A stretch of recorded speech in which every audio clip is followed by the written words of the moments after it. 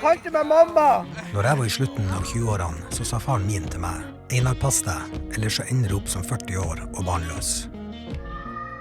Den advarselen tok ikke jeg på alvor.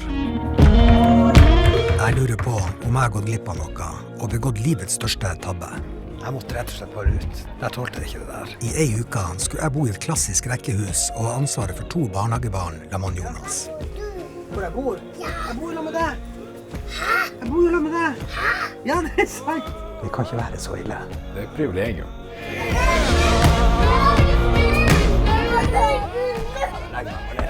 Hva blir min rolle oppi det? Husk jakken. Hvor er klærne hans?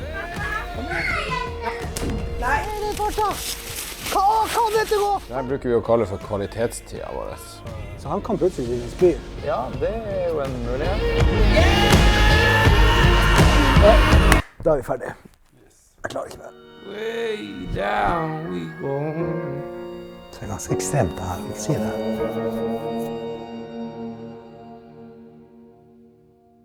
Ok, Jonas. Ja. Hvor er jeg nå?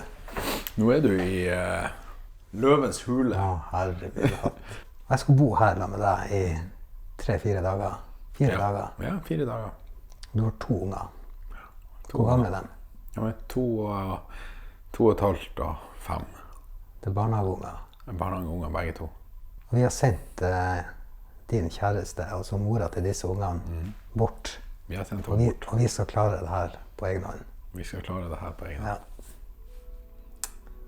Så jeg er veldig spent. Ja, det er jeg også. Jeg og Jonas, vi levde i 2 ulike univers. Fysisk også, for rekkehuslivet, det var annerledes enn det jeg er vant til. Her var det ingenting som kunne bli knust, bortsett fra drømmer. Her handlet alt om fôring, bleieskift, av- og påkledning og klesvask. Jeg ble innkvartert på et rom de kalte Manchester City-rommet. Det skulle jeg dele med Erling Braut Haaland.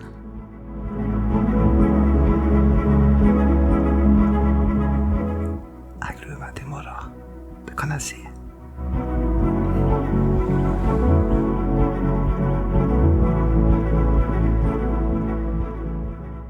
Halv 7 ble jeg og Haaland vekt av et bråk ute i gangen.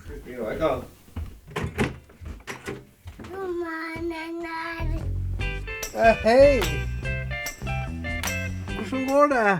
Har du sovet godt? Ja, Skal vi spise frokost og kose oss nå? ja, Og dra i barnehagen? Har du hatt noen drømmer? ja. Hva har du drømt om? Biler? Julebyggepleie. Har du drømt om å bytte bleie? Ja. Ja, men det tror jeg vi må bare få gjort med en gang. New game. Over natta hadde jeg blitt far til 2 gutter. Han Aksel på 5 og han Albert på 2,5. 2 skrubbsultne gutter på morgenen. Er dere klar for barnehagen i dag? Ja. Hva skal dere gjøre? Lege. Det er lek. Det var uvant for meg å jobbe som frokostkokk og servitør på morgenen.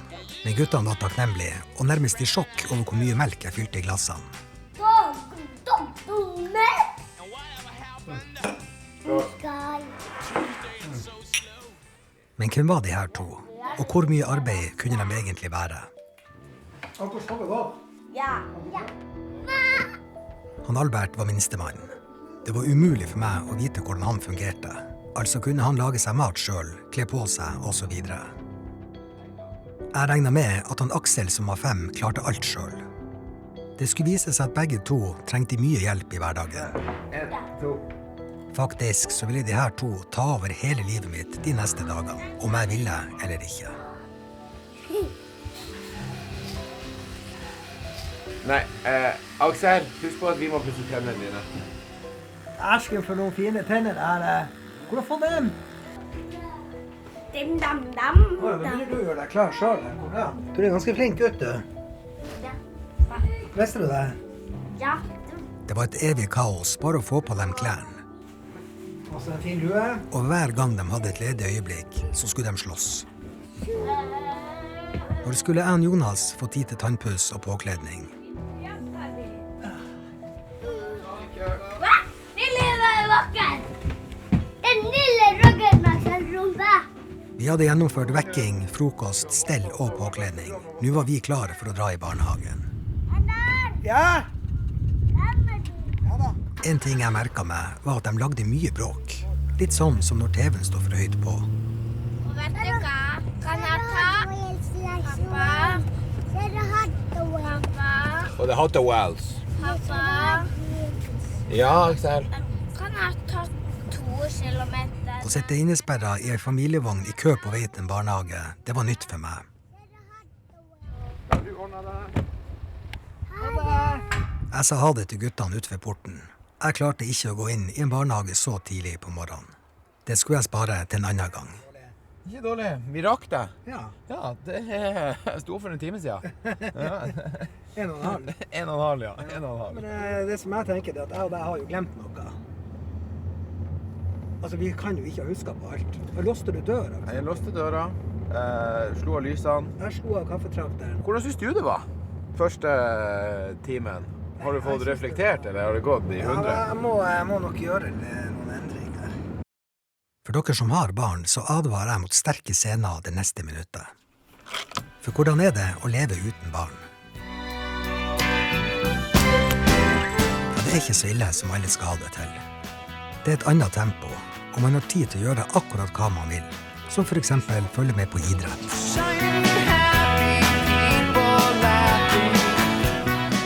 Man kan fordype seg i hobbyer.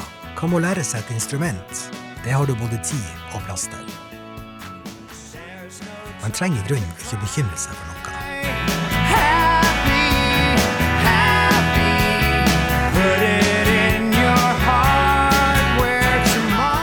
Problemet med dette livet det er at du hele tiden må lete etter grunner til å stå opp om morgenen. Har du 2 av de her, så sier det seg selv hva du skal gjøre resten av dagen. Eller som jeg bruker å kalle det, juks.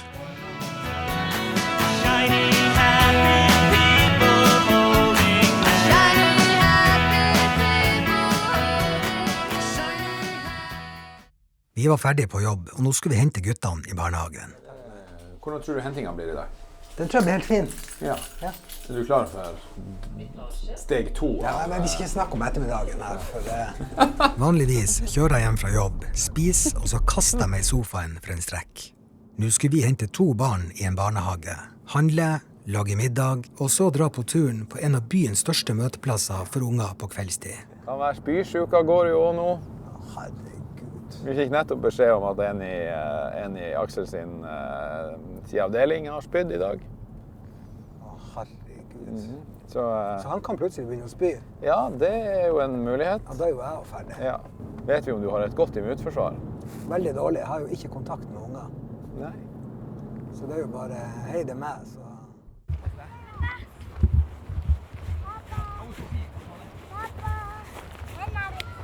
Hæ? Det var gutta og boys. Er dere klare for i kveld? Ja! Hva vi skal finne på? Leke med biler. Leke med biler. Jeg er med på den. Vi dropper turninga og leker med biler. Han har bæsja. Hjelper deg med beltet? Han har bare bæsja, så vi må utsette... Han har bæsja? Ja, så vi må utsette... Vi må utsette handlinga til etter vi får skiftet på. Men jeg kan dra innom og kjøpe potet og fiskekake og gulrot. Ja. Det du gjør nå er at du drar og handler 2 store fjordlandgrøter.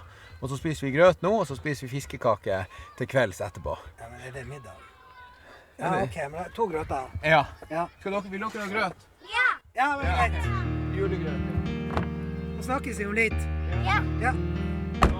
Planene om å handle før middag, det gikk i vasken på grunn av ei bleia. Heldigvis så kjørte vi 2 biler, sånn at jeg kunne plukke opp 1 kilo grøt på veien. Det dere ser her, det er det småbarnsforeldre kaller tidsklemma.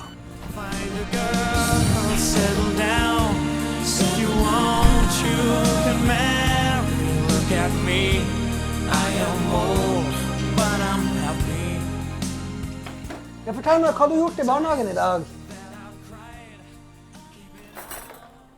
Har dere leka? Det var 70 minutter til vi skulle være på idrettsarenaen, men før det skulle vi handle. Mitt mål var å presse inn 2 minutter på øyet etter middag. Guttene var veldig sulten, og jeg mistenkte at de ikke hadde fått mat i barnehagen. Sitter dere i lag og skal spise grøt? Kan du si heia Manchester United? Heia Manchester United. Yes! Oh yeah!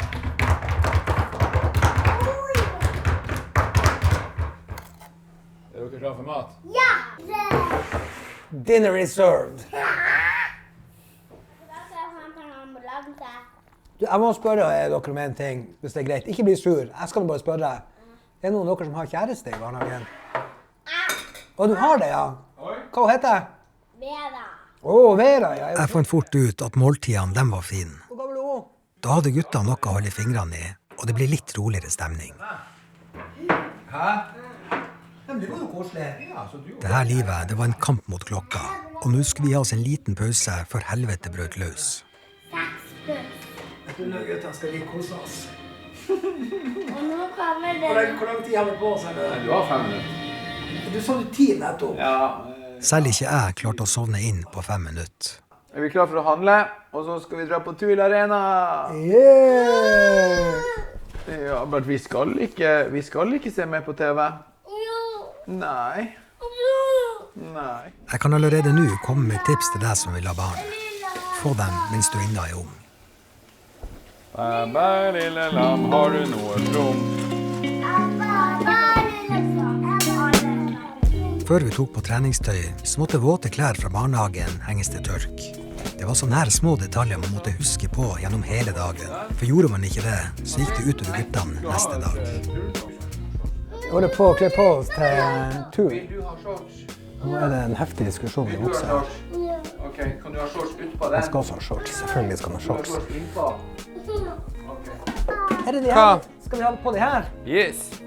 Jeg skal hjelpe deg å ta på joggeskoen, for nå skal vi på Tuil Arena og kose oss gløggers. Opp med foten. Inn i den. Ta. Er det den? Ja. Hva kaller det bare for en bæsjejakke? Nei, det er feil. Det er feil.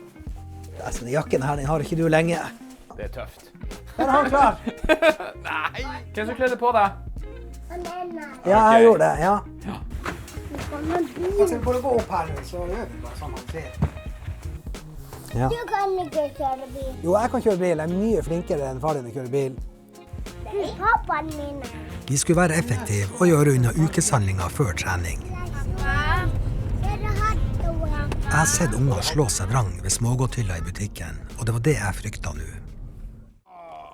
Strategien vår var å sette guttene i jobb når vi kom inn, og så lovde vi dem en yoghurt hvis de oppførte seg. Leverpostei. Leverpostei skal vi ha. Her må vi ha den. Bra. Så må vi ha den.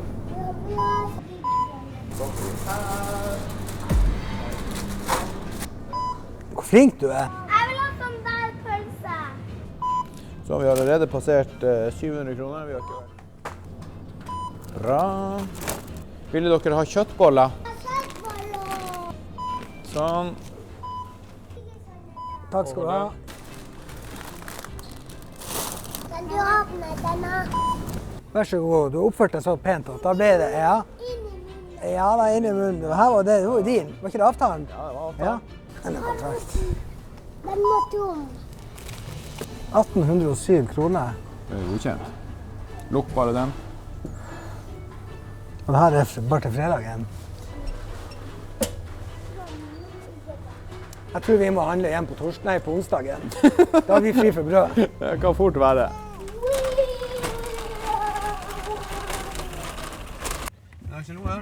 Det var helt ufattelig å tenke på. Etter alt det her skulle vi faktisk på trening. De guttene her, det er godgutter. Jeg står. Nå skal de bort på Tuil Arena og herje. Ja.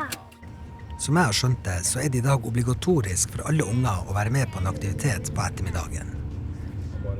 De her guttene hadde turn på mandag, fotball tirsdag, ski onsdag og allidrett torsdag. Det vil si at hver ettermiddag var akkurat som den her. Det sykeste var at det faktisk kostet penger. 3000 kroner per hode, per idrett i halvåret. Jeg hadde funnet helvete på jord, La ikke noe. og guttene, de elsket det.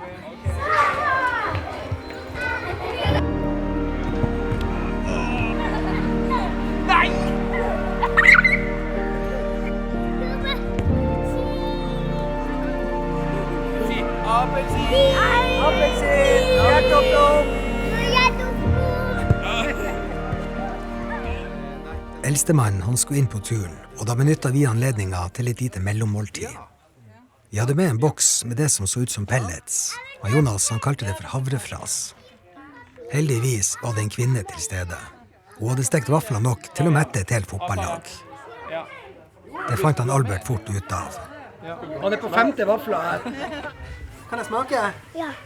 Hvor snill du Vet du, han delte. Når jeg ser unger i disse situasjonene, så synes jeg alltid synd på foreldrene. Jeg skjønner ikke at de orker. Nå var plutselig jeg en av dem som følger etter et barn. Jeg vil ta heisen. Ja, nå er vi jo her. Alt det her mennesket foretok seg, det var nytt, og det var spennende. Men nå må du trykke på den. Trykk på den. Da kommer vi helt opp. Trykk på den. Der, ja. Nei, hvor flink du er å ta heis. Så må du henge deg litt i den her. Nå var sist gang du syntes det var gøy å ta en heis. Nå koser vi oss. Nå lever vi. Nå lever vi. Etasje 3. Se hva vi er nå. Oi, her var det fint. Der ballonger. Her var det jo ballonger. Har du vært her før? Ja. Har du det? Ja. Vet du hvor vi skal? Når man blir eldre, så mister man i stor grad ønsket om å utforske verden. Han har opplevd alt. Det var derfor fint å observere han Albert, der han gikk rundt i sin egen verden og trykte på alt av knapper han så.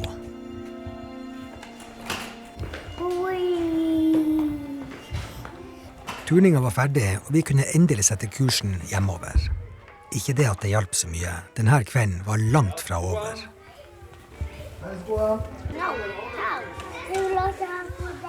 Ja. Hva du sa nå? Pappa, får vi lov å leke litt med bilene når vi kommer hjem? Vær så snill. Ja, kanskje litt. Yes. Jonas, her er det mye bilån. Alle de bilene her, det med 100% finansiering. Det er rett ved siden av oss. Se, en Porsche. Ja. Etter en traumatisk ettermiddag så jeg frem til litt ro i bilen. Nei, pappa, jeg tok heis til andre etasje, så gikk jeg heisen igjen til... Men dette var faktisk det vanskeligste vi gjorde, spesielt på vei hjem fra barnehage eller aktiviteter. Ungene blir nemlig stuptrøtt bak i bilen, og sovnet dem av, så hadde vi trøbbel. Trikset ble å kjøre med vinduet åpent i minusgrader, kombinert med roping om at de ikke måtte sove. Albert!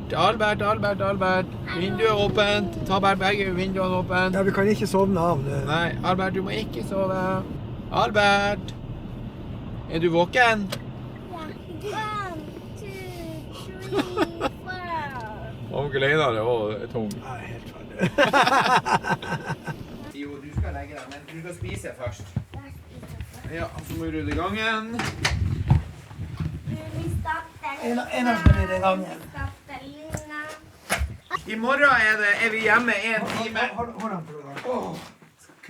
Vi skulle inn i en siste runde med fôring før guttene skulle legge seg. Innimellom det her så skulle matvarene i kjøleskapet og oppvaskmaskinen måtte tømmes.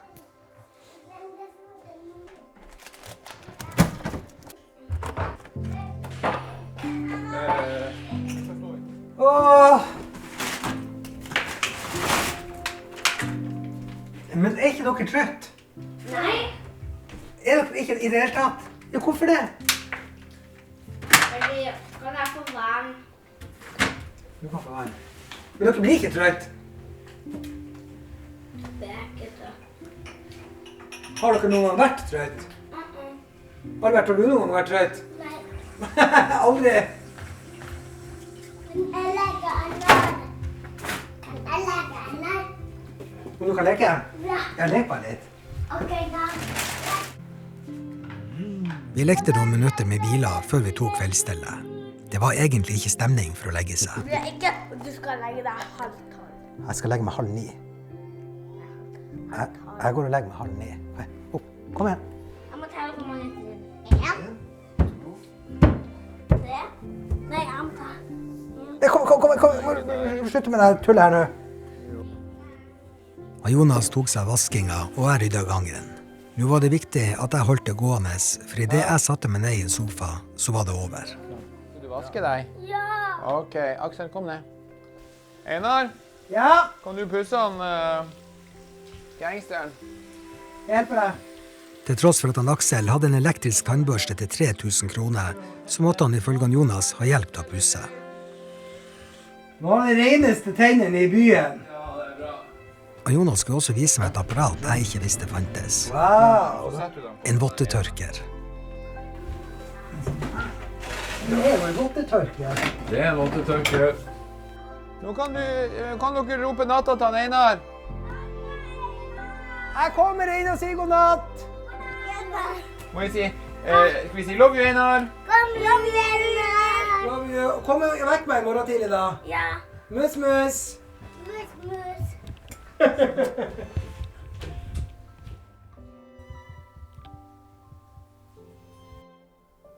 Klokka er 7:30 og guttene har lagt seg. Nå er det bare å rydde opp i lekene her. Og så må jeg spise litt. Jeg må jo si at det er artig med de ungene, men for et liv. Det verste av alt er jo at jeg må sette meg selv helt til side her. Jeg kan aldri bare tenke på meg selv og sette meg i sofaen eller finne på noe selv. Det er liksom bare kidsene. Hele dagen. De skal spise først, de skal på dass først, de skal kle på seg først. Så jeg betyr ingenting her. Jeg var og handlet for 1850 kroner i dag på ekstra, så ikke takk engang. Hun ropte bare mer, mer. Så det er ganske ekstremt det her, jeg må si det.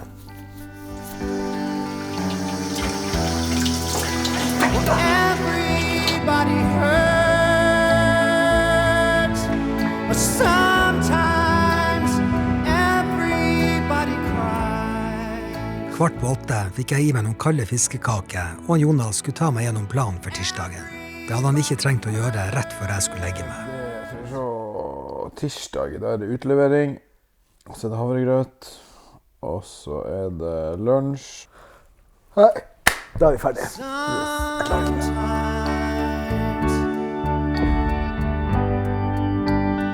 everybody hurts. Det var en ny dag i rekkehuset, og hele gjengen var faktisk uthvilt og klar. I tillegg til å være servitør, så er også nå blitt et levende leksikon. Hvordan tar du lager melk Hvordan var det melk? Det kom fra kua. til kua? Ja, det kom fra kua. Det er helt sant. Hva kan Albert er laget av? Kjøtt og bein. Nei, han er laget av promp. Nei, jo, det er det du er. Det som er med unger, det er at humøret det kan endre seg raskt. Og det som startet med en vakker morgenstund, utviklet seg til en krig under påkledninga. Der kom jeg til kort. Han vil ikke ha ull på seg. Det gjør man, skal det? Ja, må det, for det er så kaldt. Jo. Ikke bli sur på han, Einar. Kjør på. Nei da, men det går bra. Hvordan angriper du det her nå? Nei, jeg er ikke god. Ja, da legger jeg meg bare ned. Ja. Jeg vet ikke det her. Men har han altså, kan han bestemme selv om han vil være hjemme? Nei.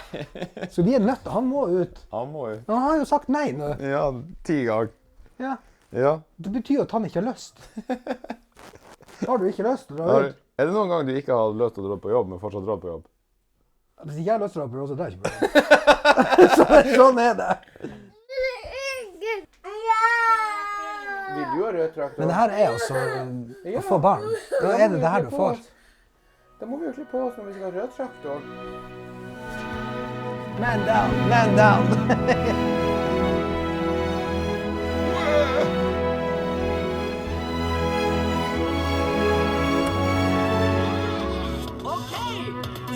Kom igjen, Albert! Gravemaskin, stor, sterk og kjempefin. Glemte nøklene mine, men jeg trenger dem kanskje ikke. Jeg glemte mine. Hæ? Jeg glemte mine. Så ingen nøkler med. Ja, da må vi snu. Jeg har ikke med jobbnøklene. Jeg har heller ikke jobbnøklene.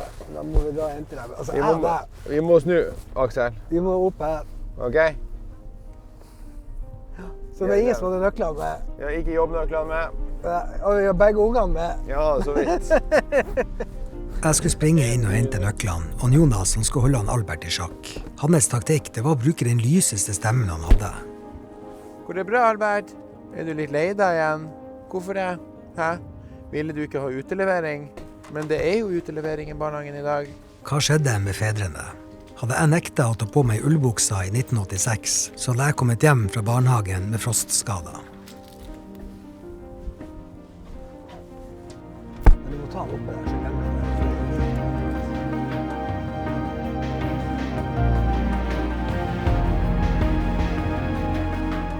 Utlevering på morgenen. Hvem som vil det? Ja, du, ja. Albert hadde ikke så lyst til å bli utlevert på morgenen. Han hadde lyst til å kose seg hjemme med bilen og... Men jeg trodde aldri at de skulle stå i kø på morgenen i Tromsø, fra Kroken. Har du opplevd det her før? Ja. Hver dag når vi kjører kvart på. Så det her er ikke noe nytt for dere. Er du sliten i dag? Ja, jeg skjønner det. Åh. Jeg er ganske sliten i dag. Jeg skjønner det. Derfor kan vi bære litt inn her. Du bærer han inn. Jeg kan bære han litt bort her. får gjøre Ja. det. Jeg bruker å si det er ikke lett å være en liten gutt. Nei. Alle tror det er så lett. Men så skal man leveres ut her om morgenen. Det er jo egentlig helt sykt å tenke på at man som menneske skal være inngjerdet i 7 timer hver ukedag. Akkurat det brydde ikke han Albert seg om når han så hva som skjedde på innsida. En ting jeg la merke til var at jeg og Jonas vi kom for sent på jobb hver dag. Hva synes du om det her? Her ser du ofte. Delvis på grunn av unger som nekta å kle på seg ull, men også den endeløse stampinga i trafikken. Når vi først kom oss på jobb, så skulle vi ha energi til å fungere en hel arbeidsdag. Og Jonas han hadde heldigvis en enkel jobb. Han levde av å underholde voksne mennesker på dagtid. Dere skal nå bruke ca. 1 minutt, 30 sekunder, der en person skal fortelle hva de gjorde i helga. En person.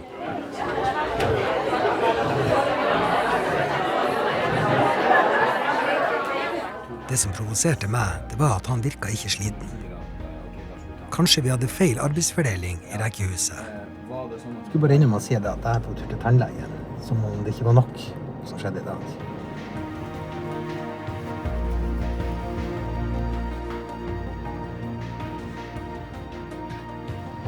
Ok, klokka er nå 13:45 her, og Jonas kom inn til meg og sier at jeg ser trøtt ut. Og det er jeg. Stuptrøtt. Du er ikke trøtt? Nei. Ikke det helt tatt? Jeg var trøtt i morges. Før vi skulle hente guttene i barnehagen, så måtte jeg hjem for å hente et par ski. Det ble et ganske tøft møte med mitt gamle liv. Må jeg dra ut? Her kunne jeg i teorien spist middag, tatt en strekk og lufta hund. Jeg kunne hatt en stille og rolig kveld. Jeg savner dere. Love you. Kan jeg få lov å dra hjem? Nei.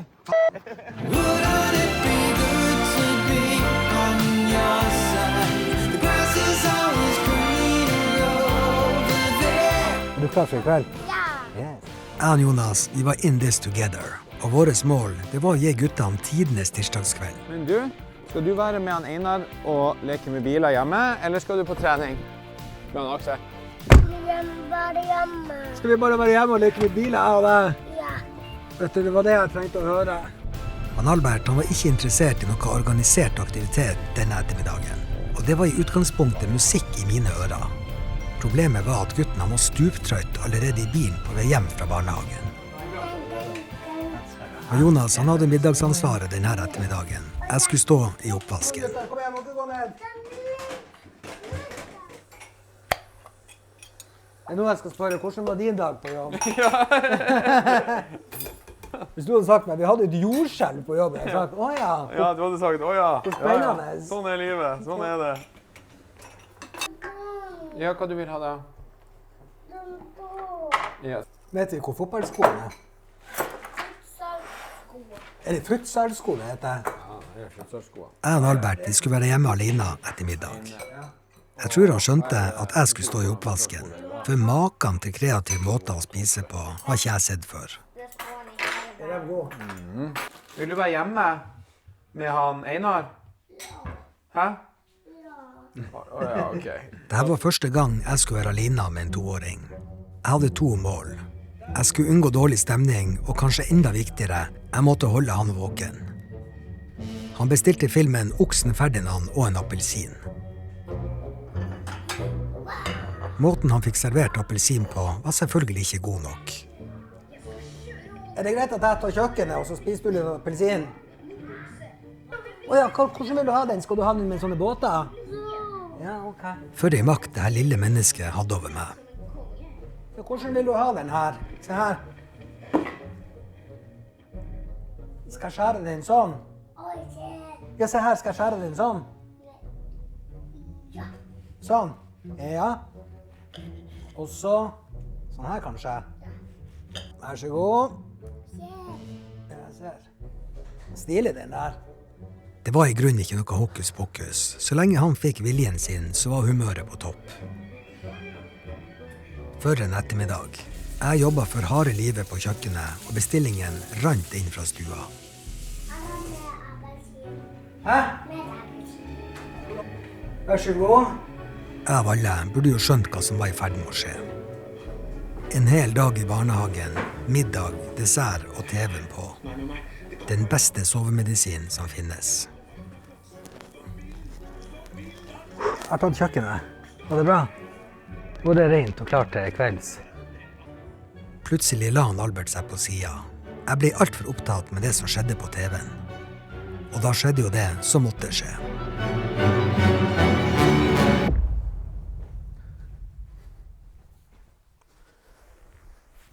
Jeg følte ikke med her i noen sekunder. Han er sovnet. Og når jeg vekker han nå, da blir det baluba. Men han kan ikke sove nå, for klokka er 5. Jeg behandlet han som en dynamittkubbe. Albert? Albert? Albert? Se her. Du kan ikke sove nå. Vi kan ikke sove nå, for da får vi ikke sove i natt. Det går ikke. Men jeg skulle ønske vi kunne sove. Hadde det vært opp til meg, så hadde de begge to lå her og sove. Men vi kan ikke det. Ja, jeg skjønner. Jeg skjønner det, men... Nei, jeg skjønner, du må bare ikke sove. Og akkurat den der, den kjenner jeg igjen, for det nøtter ikke. Hvis du trodde at du bare snur rumpa til meg og så fortsetter å sove, det går ikke. Nei, men jeg skal fortelle noe litt artig her hvis du kommer hit. Jo, men du kan ikke sove. Ja, jeg vet. Men du kan dessverre ikke sove. Det går ikke. Vi kan finne på noe annet. Vi kan finne på noe annet. Hæ? Ja, men jeg er med på... Ja, men... Jeg vet, men vi kan ikke sove i hvert fall. Nei, vi kan ikke sove. Men la meg nå spørre deg om det her da. Er det noe jeg kan gjøre for at vi kan få det litt bedre her? Jeg vet, jeg er gjennom det her hver eneste dag. Jeg sover, jeg også. Jeg brukte alle triksene i boka for å roe ned situasjonen. Men etter hvert skjønte både jeg og Albert at vi var blitt lurt. Allerede i bilen med barnehagen begynte han Jonas å manipulere oss. Men du, skal du være med han Einar og leke med biler hjemme, eller skal du på trening med han Aksel? Bare hjemme. Vi skal enten i Krokenhallen, eller så kan du være hjemme med han Einar og leke med biler og kose deg. Jeg skjønner det. Vi hadde en felles fiende, og det skulle jeg bruke for det det var verdt. Er du som har valgt det der på veggen? Nei. Hva vi skal si til pappa når han kommer? Skal vi si, hvor har du vært henne? Vi må spørre han hvor han har vært. Og så skal vi spørre han også, hvorfor ikke vi fikk lov å være med. For det var dårlig gjort. Kunne jo ha spurt oss. Hvorfor skulle vi være alene hjemme? Så jeg sier til han, pappa, hvor har du vært? Kunne ikke du ha spurt oss om vi ville være med? Ja, jeg synes det var dårlig gjort å bare forlate oss her. Ja, det er jo greit at pappa ikke spør, men Aksel kunne ha spurt om vi ville være med. Ja, vi hadde jo lyst til å dra på trening. Her blir vi sittende og se på oksen Ferdinand og spise appelsin, og ikke akkurat det vi hadde tenkt. Ja, nå er det bare ærlig. Det så faktisk ut til å hjelpe, og til tross for det sviket vi hadde opplevd, så skulle vi gjøre det beste ut av situasjonen.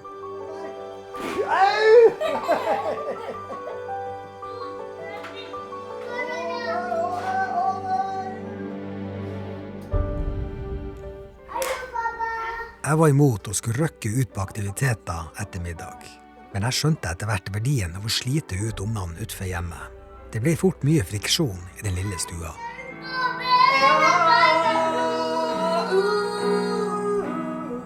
Har dere hatt det fint i dag? Ja. Har du hatt det bra med Einar? Ja, det var ikke så ille. Vi hadde det jo ganske koselig. Vi leka jo. Ja, vi leka litt med biler, og så vi litt på TV, og så, ja, vi skrek litt også, men det er noe sånn er det nå. Er det noen av dere som er trøtt? Nei. Dere er ikke trøtt. De som ikke har unger, kan aldri skjønne hvor mye arbeid det ligger i å drifte en husholdning som det her. Det føles som om man er på jobb hele tida. Hvordan verden ble den større? Er det skjettende klær det her? Hæ? Er det skjettende klær? Nei, alt er rent. Selv om det er mye jobb, og det går i ett kjør, så er det så mange fine øyeblikk i løpet av dagen som gjør at man glemmer hvor slitsomt det er.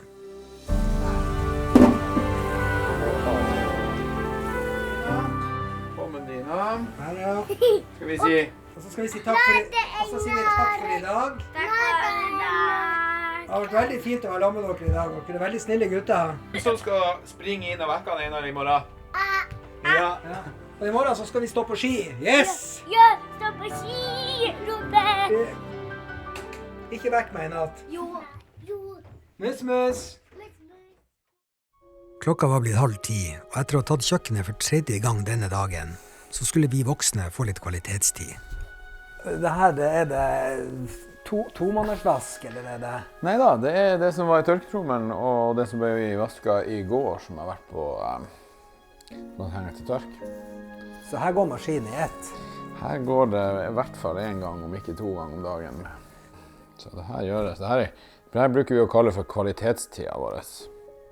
Da er det bra ille når en 30 år gammel mann kaller klesspretting og sokkematching for kvalitetstid. Men han var inne på noe.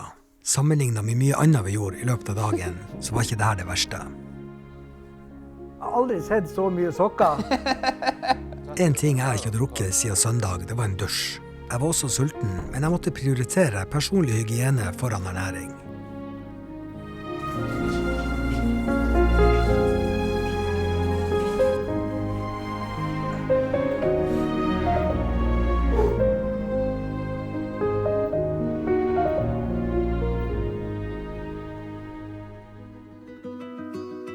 Har dere sovet godt i natt? Ja.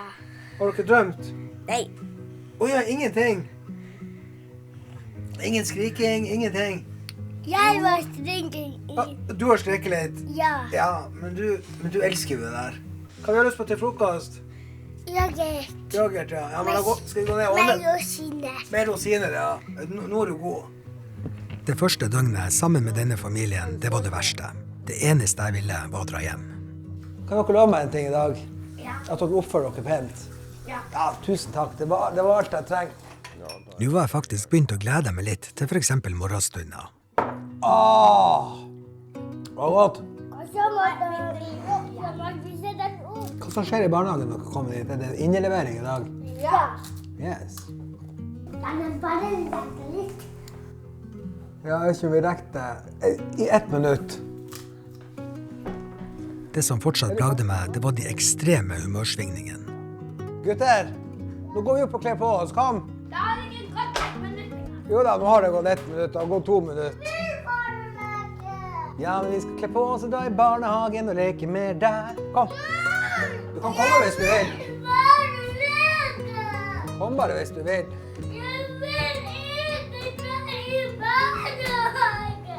Ja da, sånn er det. Skal vi gå og pusse tenner? Gå til pappaen din. Heldigvis hadde han Jonas fagbrev i fremdrift på morgenen. 1, 2. Hadde jeg hatt ansvaret for her alene, så hadde det hverken blitt barnehage eller jobb denne dagen. Jeg kunne de ulike postene inn og ut. Var den litt stor? Jeg hadde særlig god kontroll i yttergangen. Eller kontroll. Jeg likte det i alle fall. Man fikk også noen kjekke påminnelser underveis, noe jeg satt pris på. Du mangler en fot. Ja, og du mangler faktisk ikke så mye enda. Snart så mister du tennene. Denne morgenen var jeg også klar for å levere guttene i barnehagen. Og det der er bare... Nei, det er ikke bæsj, det er is. Vil du ikke gå på den? Jeg og Jonas vi hadde evig nok med 2 unger. I denne barnehagen var det totalt 102 av dem. Hvordan de får det til å fungere, det er et under for meg. Du er ganske flink å ta på sko, men det er litt verre å ta av. Opp med foten. Ja. Hvor jeg bor? Jeg bor jo med deg. Jeg bor jo med deg. Ja, det er sant. De neste 7 timene så var Aksel og Albert Marsveien barnehage sitt problem. Han Albert! Jeg og Jonas var en halvtime forsinket til jobb på grunn av krangling og kø. Jeg brukte bilturene i kø til å tenke litt. Nå snakkes det mye om hvor få barn som fødes i Norge, og hvor lenge man utsetter det å få barn. I 2024 så var gjennomsnittsalderen for førstefødende i Norge 30,4 år. Jeg vet ærlig talt ikke hvor lurt det er å utsette dette livet for lenge, for dette er ikke noe som blir enklere med alderen. Kanskje er et levende bevis på akkurat det. Dette livet det krever at man er fysisk og mentalt til stede. Skal vi gå og pusse tenner?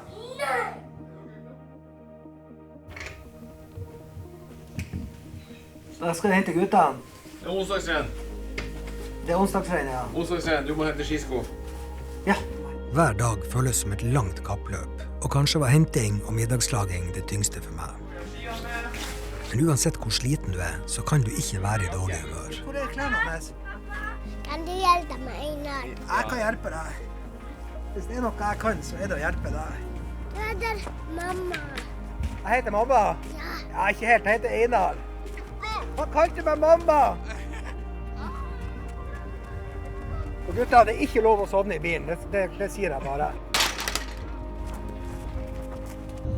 I dag så skal vi på onsdagsrenn. Vi går ned og lager middag. Sånn. Jeg fikk ryddejobben her oppe. Så Jonas nede og lager mat. Det er klart at det skal henges opp drakter og tørkes. Det er sko som skal tørkes. It never ends. Endelig var det middag, og en liten pust i bakken. Var det godt å komme hjem? Ja. Yes, det var godt å komme hjem. Og Aksel han sa til meg når jeg kom i barnehagen, vet du, Einar, jeg savnet deg så mye da. Vi fikk en oppsummering av dagen i barnehagen, hvem lekte med hvem, og hva ble inntatt av mat. Okay. Kan du leke med dem før? Jens. Vi skulle spise nabotil og pære. Nei, Spise med skje. ok da. Sånn. Virkeligheten innhentet oss alle raskt, og jeg skjønte at dette kom til å bli en krigszone hvis ikke vi kom oss ut. Gutta, vær snill med hverandre. Nei. Sånn, nei. Gutta, vær snill med hverandre. Vær snill med hverandre. Vær snill. Ja, vi må ikke krangle, gutter. Vi må være venner.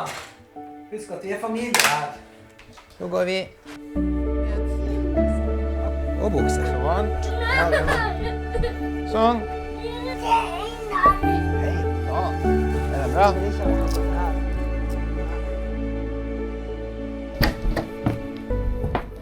Gutta, boys. Dette var en klassisk catch-22. Skal vi gå i bilen? Ikke kunne vi være hjemme, men kanskje var den plassen vi skulle til enda verre. Er vi litt forsinket? Ja. Vi skulle egentlig vært der for et kvarter siden. Nei, vi skulle kjøre for et kvarter siden. Men det Vi skjer. skulle til idrettsarenaen, og vi var ikke de eneste. Vet du, det er så mye biler og så mye folk.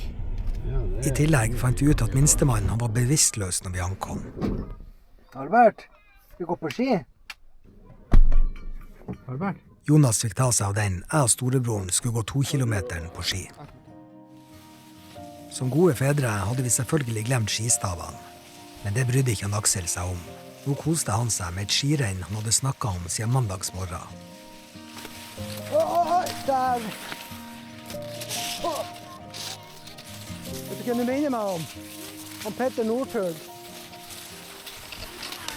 Aksel sjanseløs mot Einar. Nei, jeg går opp forbi! Se den farta! Kan dette gå? Han ramler!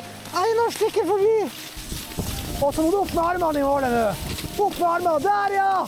Yes! Hey! Jonas hadde fått liv i han Albert, og han var også godt i gang. Oi! Nei. Du må ikke dette så mye, ok? Vi må prøve å holde oss på beina. Hey! Etter skigåinga skulle de spise vafler på grendehuset. Og jeg kan være ærlig med dere, det ble for mye for meg. Skal det gå opp med vaffel? Skal du skåle med Albert? Det var faktisk så mye bråk at jeg måtte evakuere. Jeg måtte bare ut derfra. Jeg tar skiene heller og bærte meg ned til bilen. Jeg måtte rett og slett bare ut. Det var for mye bråk. Jeg tålte ikke det der. Jeg ble heller sittende og se på trafikkaoset utfor. Og jeg kunne ikke annet enn å beundre de her foreldrene, som utsatte seg selv for det her hver eneste ettermiddag. Det var noen heldige unger.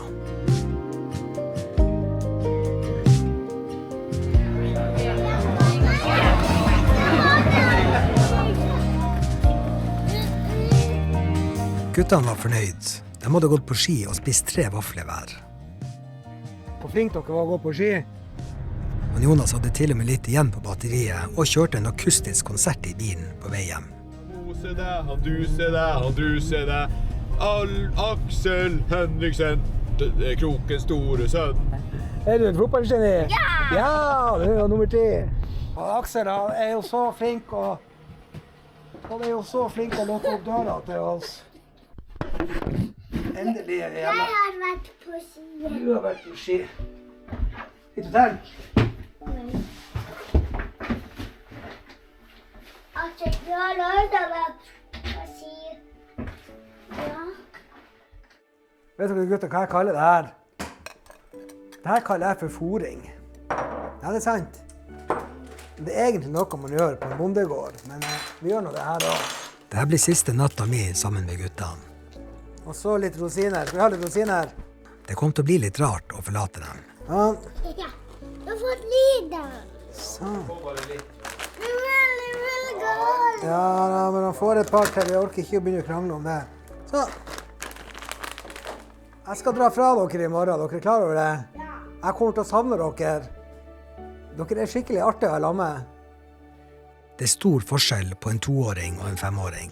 Spiller fotball? Aksel kledde stort sett på seg selv og tok kveldsstellet. Man kunne be han om å gjøre noe, og så gjorde han det. I motsetning til andre i huset.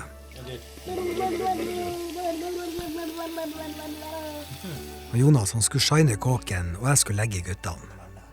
Jeg fortalte dem om det største flyet som noen gang har landet på Tromsø lufthavn tilbake i 2009.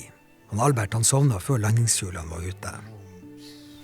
Og det var den siste gangen jeg landet et så stort fly i Tromsø. Det var så kjedelig å høre på at til og med jeg måtte kjempe for å holde øynene åpne.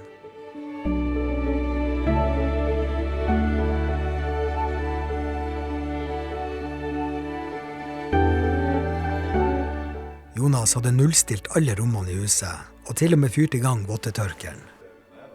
Alt jeg trengte å gjøre, det var å tømme oppvaskmaskinen. Vi handlet nå på ren rutine, og vi fikk til og med tid til de gode samtalene etter at ungene hadde lagt seg. Ja, takk vel. God natt. Takk for i dag. Meget bra jobba. Da er vel du en god far. Du er en meget god sånn her, hva det heter? Det er nå det jeg er. Ja, Men bra. ikke sett meg ikke oppe så lenge. Nei, jeg skal gå lenger.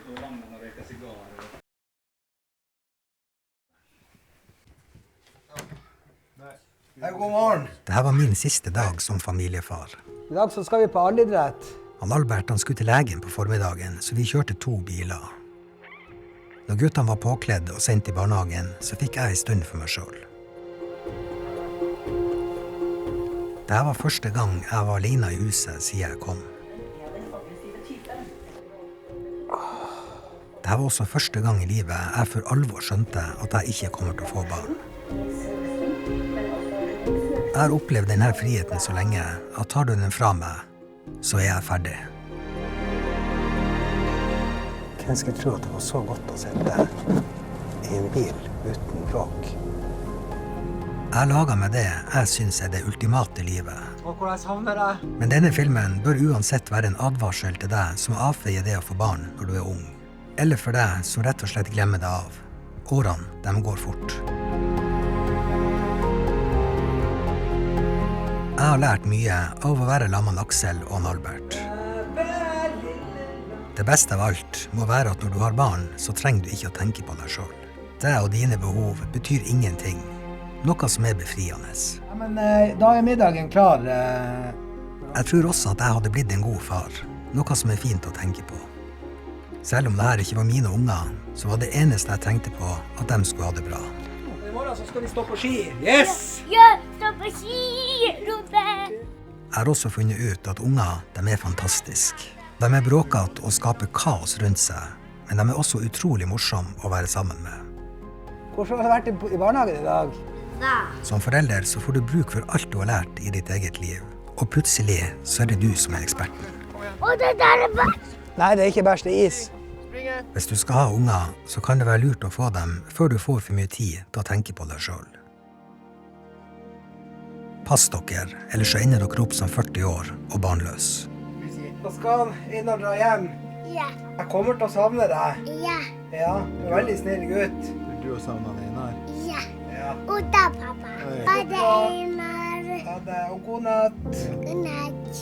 Jeg skal bare si tusen takk for at jeg fikk være sammen med deg. Ja, Ja. takk for du var den spesielle mammaen.